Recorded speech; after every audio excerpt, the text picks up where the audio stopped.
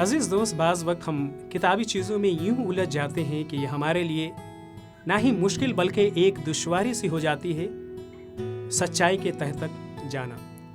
اگر ہم خداوند کے سامنے آئیں اور اپنے پورے دل اور دماغ سے فریاد کریں، اے خداوند تو مجھے اپنی سچائی سے آراستہ کر اور اپنی اس افراتفری سے نکال کر اپنی سچائی کو مجھ پر منکشف کر، تو خدا ہماری دعاؤں کو سنے گا۔ کلام بائبل مقدس میں مرقوم ہے کہ کیونکہ خداوند کی آنکھیں تمام زمین کو دیکھتی ہیں تاکہ وہ ان لوگوں کو مضبوط کرے جن کا دل خدا سے پوری طرح سے وابستہ ہے اور اس کی آرزو رکھتے ہیں۔ خداوند ہمیں ان افراتفری میں علیحدہ نہیں چھوڑتا بلکہ وہ ہمارے لیے ایک وسیلہ ہموار کرتا ہے۔ سوال ہے کہ آخر ہمارا وسیلہ کون ہے؟ یوحنا انجیل میں مرقوم ہے کہ حضرت عیسیٰ المسیح نے کہا، راہ، حق اور زندگی میں ہوں اور میرے وسیلے کے بغیر کوئی خدا کے پاس نہیں پہنچ سکتا۔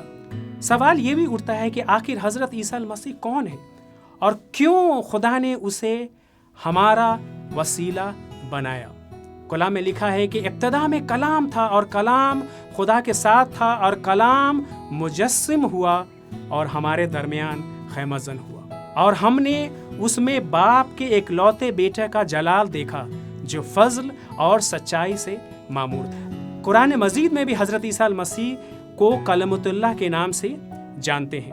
کلام اللہ اور کلام مجسم، ان دونوں لفظوں پر تھوڑی سی روشنی ڈالے تو یہ واضح ہو جاتا ہے کہ اس کا مطلب کیا ہے۔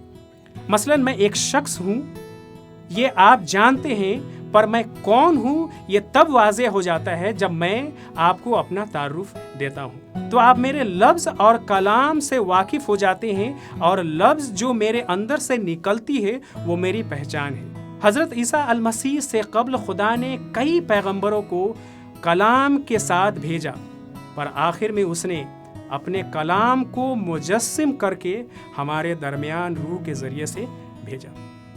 انجیل شریف میں لکھا ہے کہ فرشتے نے اس سے کہا، اے مریم خوف نہ کر، تو اس پر خدا کا فضل ہوا ہے، تو حاملہ ہوگی اور تیرا بیٹا ہوگا، تو اس کا نام عیسیٰ رکھنا، وہ بزرگ ہوگا اور خدا تعالیٰ کا بیٹا کہلائے گا۔ میرے عزیز دوست، میں اس لفظ بیٹا کا بھی واضح کر دینا چاہتا ہوں۔ یہ لفظ یہاں جسمانی طور پر نہیں بلکہ روحانی طور پر استعمال ہوا ہے۔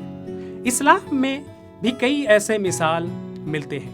ابو ہریرہ بلی کا باپ، ابو تراب مٹی کا باپ۔ تو اس لفظوں سے اس بات کا اظہار ہو جاتا ہے خداوند اپنی کلام کو مجسم کر کے ہم تک بھیجنا صرف اپنی قدرت اور قوت کو دکھانا نہیں چاہتا بلکہ اس کے ذریعے سے وہ اپنی محبت کا اظہار ہم پر کرنا چاہتا ہے۔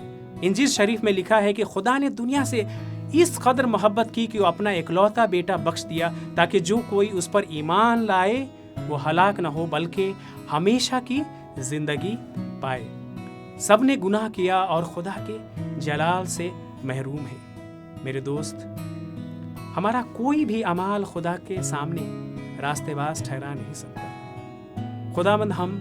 خداوند ہمیں حضرت عیسیٰ المسیح کے وسیلے سے تمام گناہوں سے نجات دیتا ہے، جیسا کلام میں لکھا ہے، کیونکہ ہمیں ایمان کے وسیلے سے فضل ہی سے نجات ملی ہے اور ہمیں ہماری کوششوں کے نتیجے سے نہیں بلکہ خدا کی بخشش سے۔